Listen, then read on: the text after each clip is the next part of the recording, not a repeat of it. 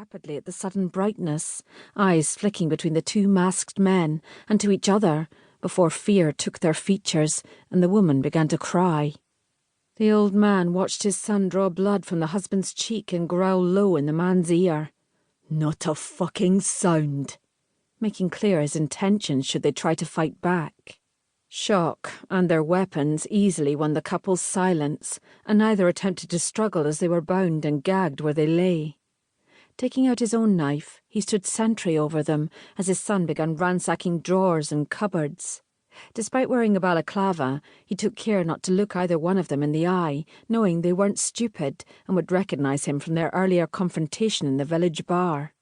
The plan was only to scare them shitless and leave them a few quid lighter. If he was to believe his son, no one was going to get hurt, and the couple would have the good sense to call it even and let it go. As he watched his son searching through their belongings, a young girl edged into his peripheral vision. She quickly crossed the room and picked up the shotgun standing on the other side of the bed to him. Her eyes never left his. He hadn't even noticed the gun there until she reached it. She had picked it up and cocked it before his son, with his back to the door, noticed her in the room. Her mother tried to sit, furiously shaking her head at her daughter. She only stopped when his knife forced her back onto the pillow.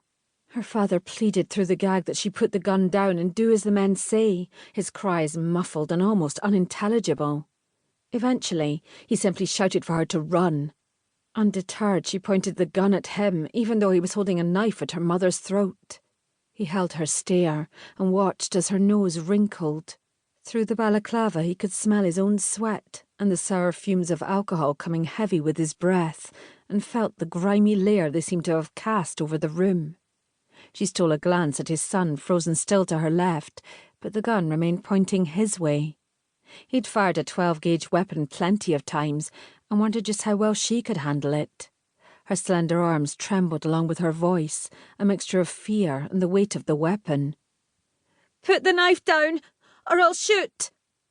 The old man glared at his son, determined not to panic and maintain his authority. She was just a girl, and they could deal with her. "Now what?" he barked. His son ignored him, didn't even glance his way, fixating on the girl, sizing her up in the same way he had. He glanced between the two of them and tried to calculate how many steps and how long it would take for his son to reach her.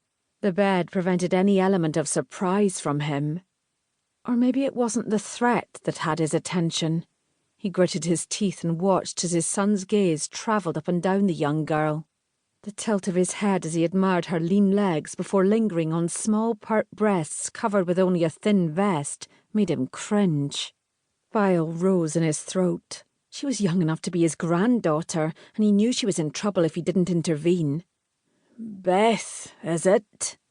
He spoke softly and slowly drew the knife away from her mother as an act of good faith. "We don't want any more trouble here. Lower the gun and let us leave quietly. This doesn't have to go any further." Slowly he lifted his hands into the air, refusing to look away as her wide eyes changed to slits, suspicious of his movements. "What the fuck are you doing, old man?" His son started to move, but she had already swung the gun towards his gruff words. "Put the knife down, or I'll shoot." She repeated her earlier instruction, only this time it wasn't aimed at him. She was speaking to his son. He licked his lips and tasted the saltiness of his own sweat.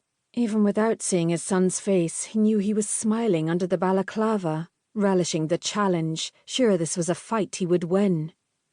Keeping his hands in the air, he glanced between the two of them.